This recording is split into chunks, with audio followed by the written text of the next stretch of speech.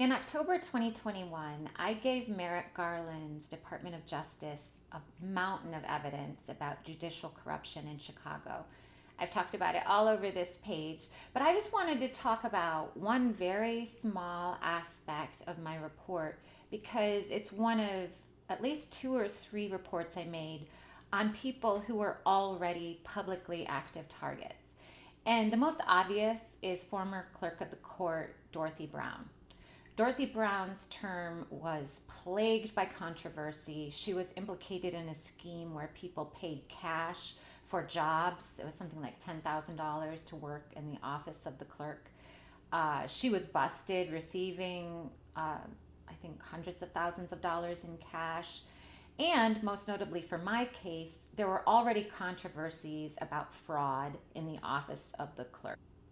Notably, the software firm used by Dorothy Brown's office, Tyler Technologies, and also implicated in my case, has also recently had their own new scandal. This is what I'm talking about with the whole judiciary of Illinois being corrupt. So Dorothy Brown was clerk of the court when my divorce proceedings started. At that time, I was not a big follower of local politics, and I wasn't a reader of the Chicago Tribune.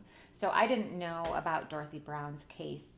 My attorney, Brad Trowbridge, did mention one or two times issues with the filing system at the office of the clerk, but he defrauded me. And that's what ties to Dorothy Brown. During the spring and summer of 2020, on 3 or 4 occasions, Brad Trowbridge directly lied to me about court hearings that he was attending and hiding from me. It was part of his scheme to have me found in contempt of court as part of a basis to take away my parental rights without a trial or a motion to terminate my parental rights. And in exchange for this, Brad got to become a circuit court judge. But this is about Dorothy Brown, because while Brad was defrauding me, there were 3 postcards that were sent from Dorothy Brown's office informing me of court hearings that were canceled. And they were all returned to the clerk office, addressee not found. And the reason is because someone had gone in and changed my mailing address from 423 Linden Avenue in Wilmette to a non-existent 423 Linda Avenue in Chicago. And I didn't know anything about this in the summer of 2020. Brad, I thought he messed up my case. He mentioned health problems. I honestly thought he was drunk or addicted to cocaine or something. And so I didn't suspect him until a year later when I started to suspect other people and I learned what a docket is so I could go back and find it. And that's when I found that my mailing address had been changed. And when I went to the office of the clerk and pulled the docket, I asked her, I said, what does this mean? My address was changed. And she said, you changed it. And I said, I didn't change it. And she said, yeah, you logged in. And I said, no. Well, if it's my email, what email address did I use to log in? And she said, I can't tell you. And I said, I'm me, and I can prove it. I could go get my passport. I could fingerprint myself. I'm me. And I knew very well that these changes, because I had used the same address at the office of the clerk for years. And at times I'd had an attorney, but at other times I'd been pro se. And always it was that same address. And I hadn't received any like orders that had the wrong address or any like proof of service with the wrong address. So it must have been changed somewhere during COVID lockdowns. So that means that whenever somebody changed my address, it was probably one person at an IP address far away from Wilmette, Illinois. So it wasn't me, which would have been easy to prove during COVID, right? And if it was in Lakeview, it would have been pretty easy to prove that it was Brad Trowbridge. And I knew that when I reported him to criminal investigators that at least they would find that. But at this time, I was just hoping to find out for myself. And the court wouldn't tell me who changed my address. And for years, they wouldn't even fix my address because for Iris Martinez, who was then in 2021 the clerk when I found the fraud, for a supervisor to go in and fix it would be for a supervisor to witness the fraud and kind of participate in it. So I don't know how it got fixed. It took years, but finally that address got fixed. But back to Dorothy Brown. So she was already under investigation. And then I found evidence implicating her office in the fraud. I know people had been looking at her for fraud in using the court's filing software. So if not her, some employee in her office, people might have been going in there and changing the records. It was certainly connected to an active investigation. And I reported it to federal authorities over and over. And finally, nobody was getting back to me. The local field office was closed for COVID. Nobody was getting back to me. So that was why I went with the whistleblower report, because I wanted to make sure that my report was getting to the people who could stop it. So I reported Dorothy Brown and many other crimes. And just as a reminder, and this is this is frustrating for anyone. There are people who watch these videos who know me personally through family, and I guess some people would believe that I just have a fantasy that serious crimes occurred, that I'm misguided or confused. But the one area that nobody can kind of explain away from me would be the underlying financial crimes I reported my ex-husband for. Because in addition to the fraud that Dorothy Brown's office allowed to happen and wouldn't fix, just straight up wouldn't fix, I think that's called identity theft. And I think it's called identity theft using an access device because somebody used an email address. I don't know if that counts. I was trying to look for federal crimes, but I think that is one. There's definitely Illinois crimes. You're not supposed to fraud on people as a clerk. That's like the opposite of what they're supposed to do. So I reported Dorothy Brown. Nobody was getting back to me. Reported everyone else. But the IRS, I knew, well, if they're not going to go after the corruption, it doesn't matter because my ex-husband is dead to rights on financial crimes and he's here on a green card.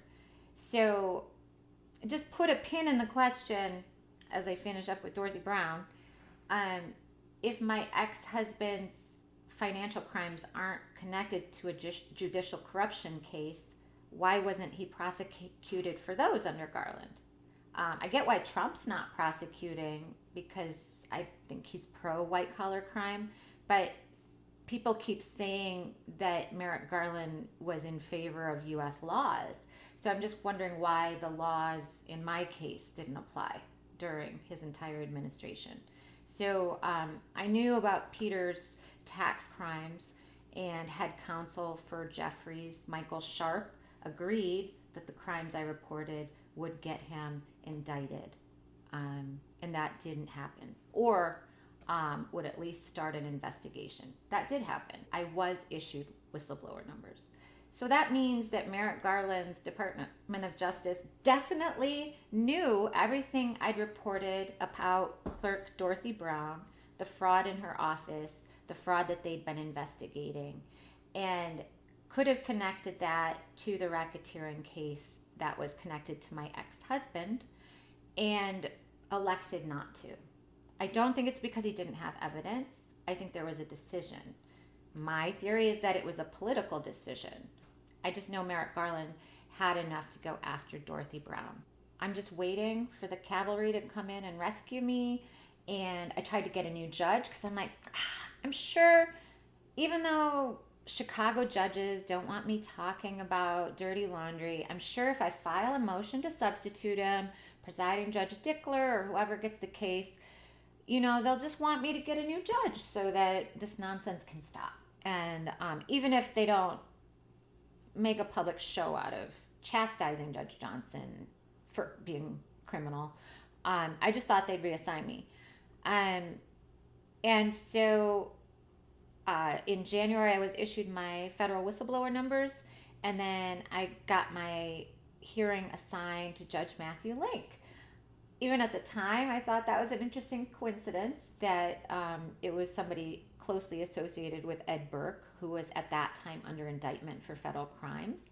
And I thought, well, I would imagine federal prosecutors probably would love to get another one. So maybe my assignment to Link wasn't random. So I kind of thought about that. And then part of my basis was, my basis was judicial bias. So the entire hearing was me providing evidence and testimony about Judge Robert Johnson maintaining an ex parte email thread, holding fraudulent hearings, entering fraudulent orders. Like he would enter orders saying that I was in court when they were sending the fraudulent notice. And surprise, surprise, Judge Link found against me. He thought that it was just fine. And Judge Johnson can have an ex parte email thread because this is Chicago and fuck you. So, I was just so confident that I could get an appeal. Same theory, like, once we get out of this one crooked little court, the first appellate court will be sure to protect us. Spoiler alert. No, they have an alum at the first appellate court who used to be a domestic relations judge who makes sure that we don't get out. So then in February, a month after my whistleblower report, this letter shows up.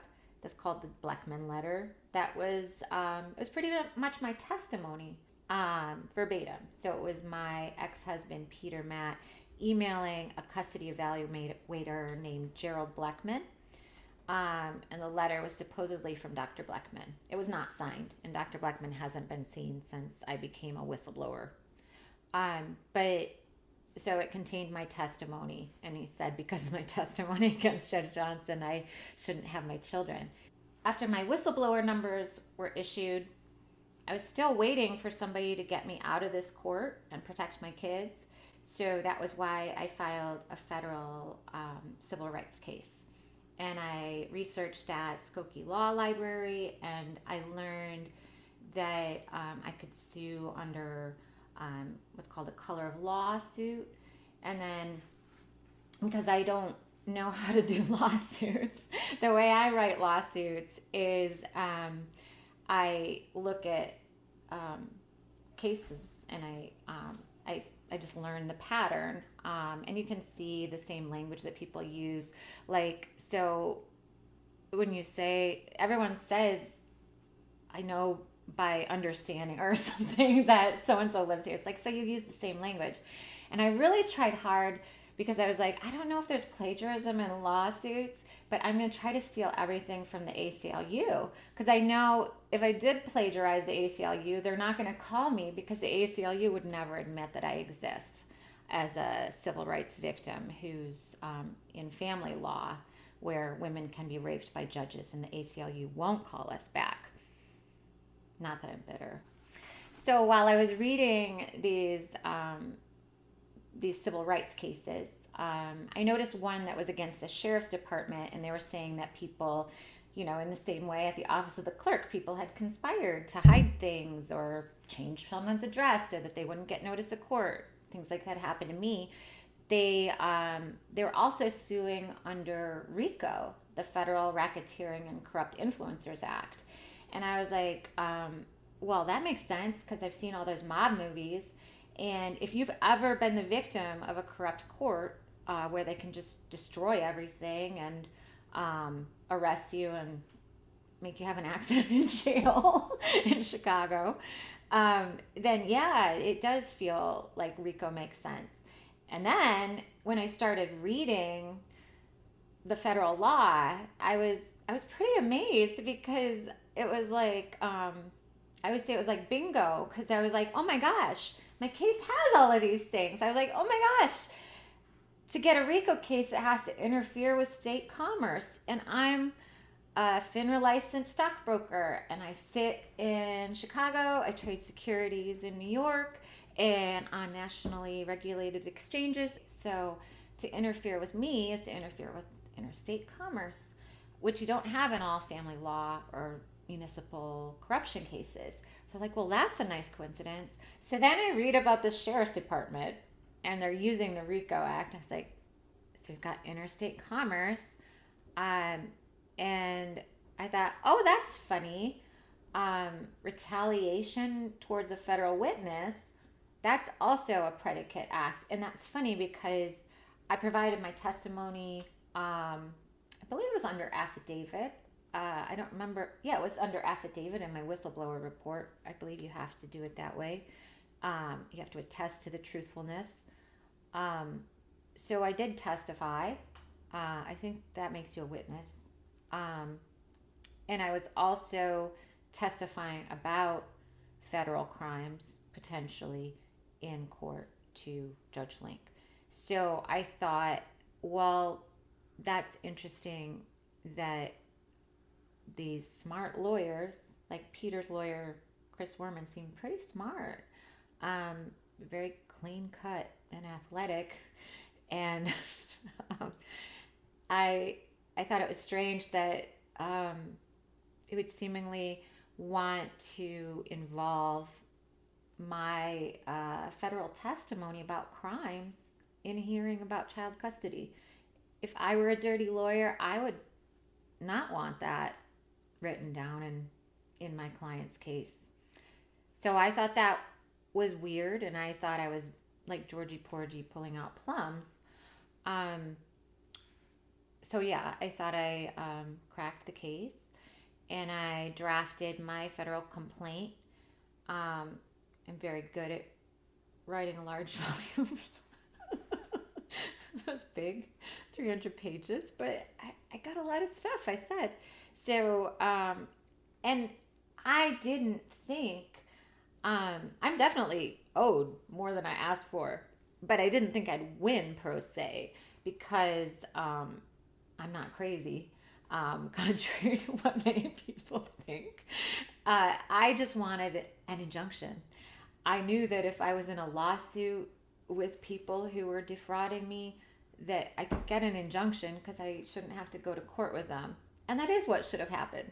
Judge Robert Johnson retained counsel. The clerk in my case retained counsel. That's more than a de minimis interest in me. They should not be involved in any case with me if they have an attorney in a proceeding against me. Judge Johnson has actually retained an attorney in his role as judge named Bob Blinick. You can call him and say, what's your job? You filed an appearance as Judge Johnson's attorney.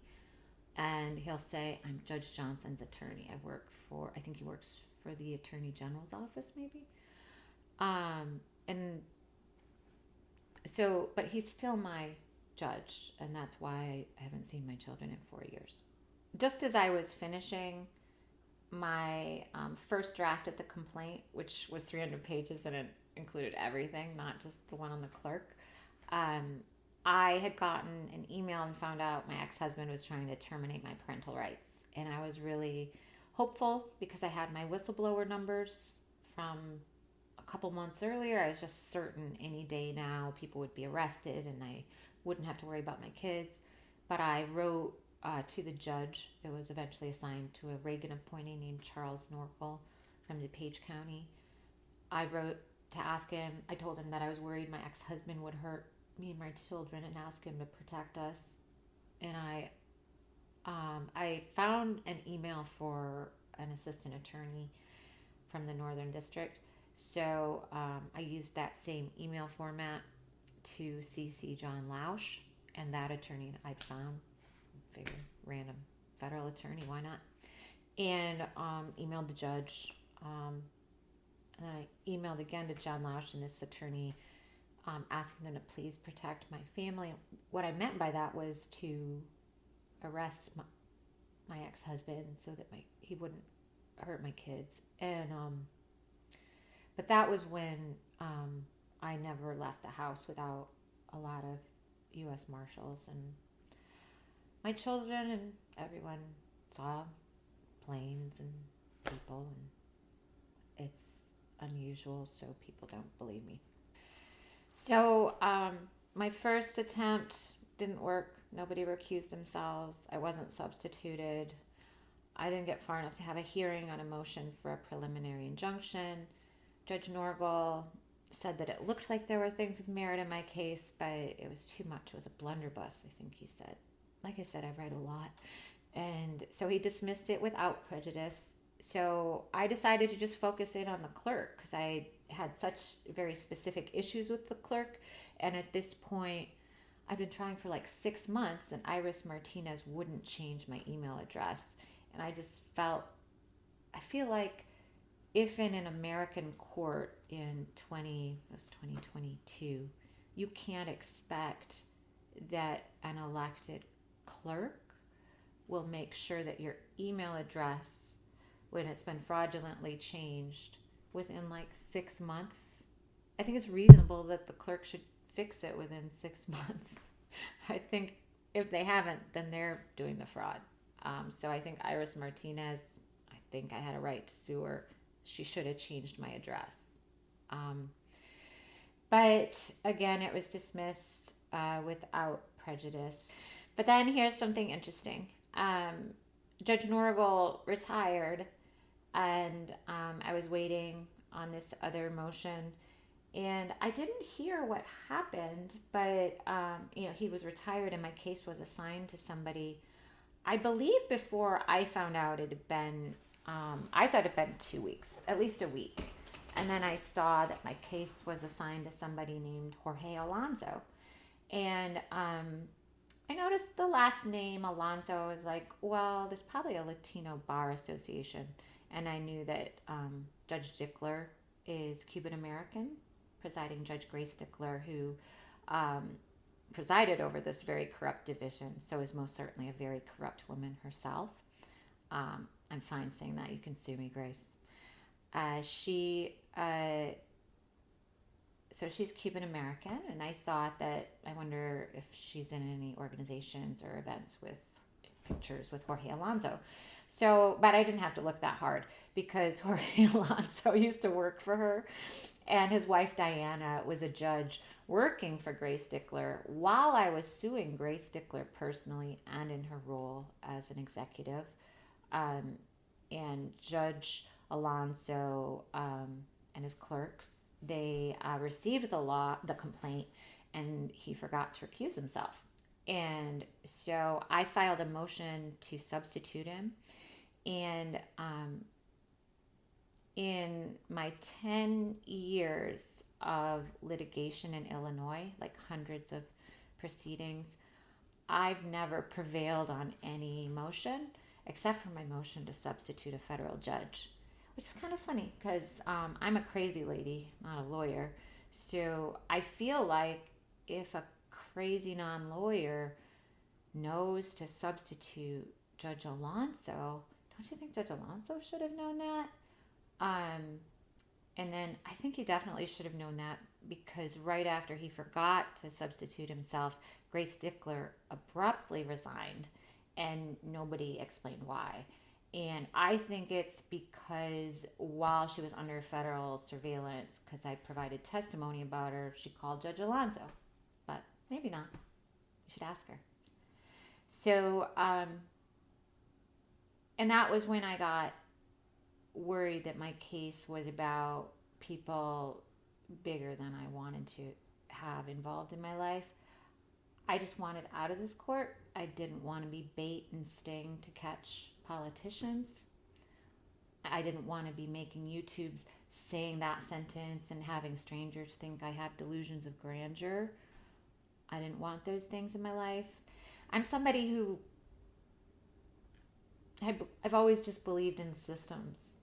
The reason that I became good at math and good at understanding systems and patterns is it's something that just gave me a lot of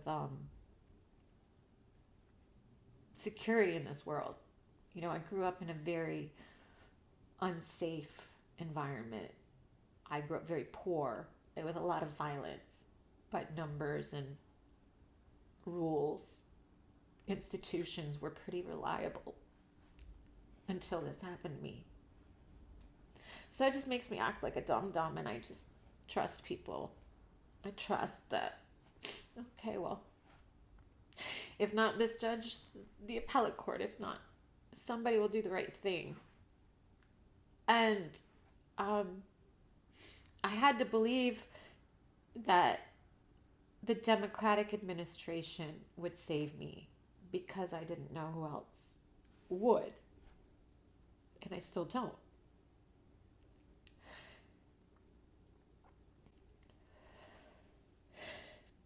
But then months and months go by and nobody's arrested.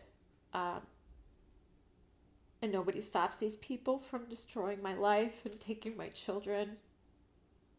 And I'm still just this, I just believe that they're going to do the right thing, you know?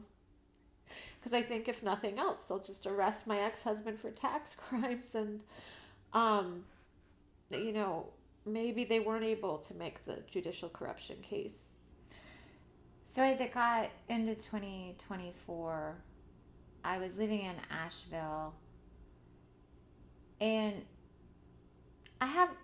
there's some conversations that I have that I can't prove them, and I don't think they necessarily, sharing these conversations helps with my credibility, but they happen.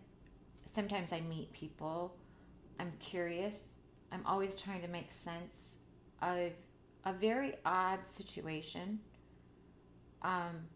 So I met this guy on Bumble when I was living in Asheville.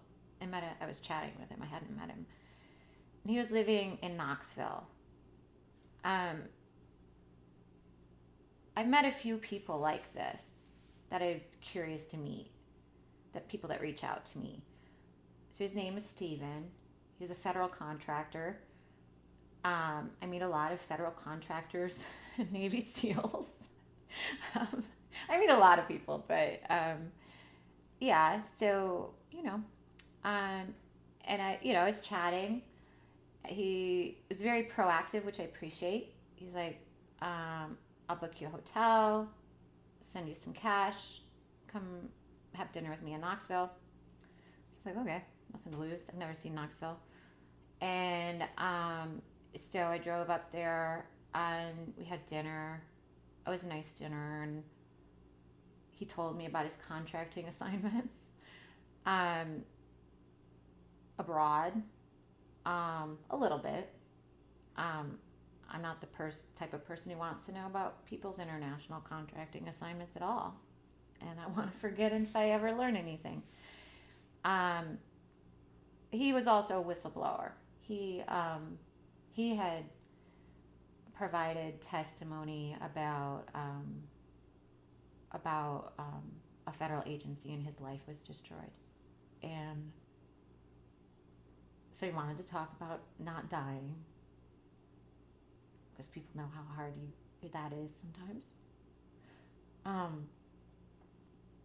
But in 2024, when the election was starting and Merrick Garland wasn't prosecuting this guy, Steven, he's like, I said, well, why aren't they arresting people?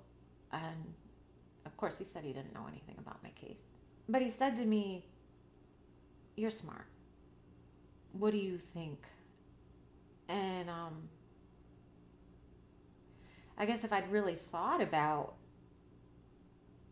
what did I think about why the Democratic Attorney General was not prosecuting the biggest Democratic Party corruption case in U.S. history before an important election, what I thought was that he was hiding it for the election, but that after the election, I'd be okay.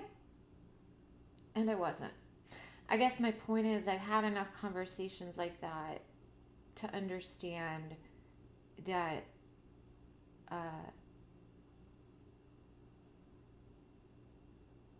my case isn't stalled because it's too small. It's because it's too big.